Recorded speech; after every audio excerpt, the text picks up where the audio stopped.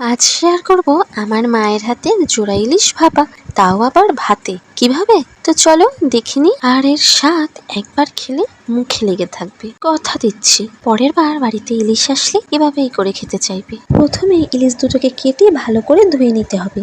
এরপর কালো সর্ষে ও কাঁচা লঙ্কাকে বেটে নিয়ে কেটে রাখা ইলিশ মাছে পরিমাণ মতো নুন, হলুদ, টক দই ও সর্ষে বাটা দিয়ে ভালো করে ম্যারিনেট করে নেব।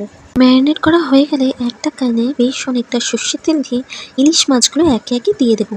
আমি এখানে ক্যান ইউজ করেছি, তোমাদের যদি ক্যান না থাকে তোমরা চাইলে টিফিন কারিও ইউজ করতে পারো।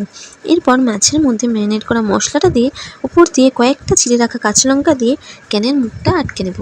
এবার গরম গরম ভাতের হাঁড়ির মাঝে ভাতটা কিছুটা সরিয়ে নিয়ে ক্যানটা ঢুকিয়ে দিয়ে চাপা দেবো 30 মিনিটের জন্য।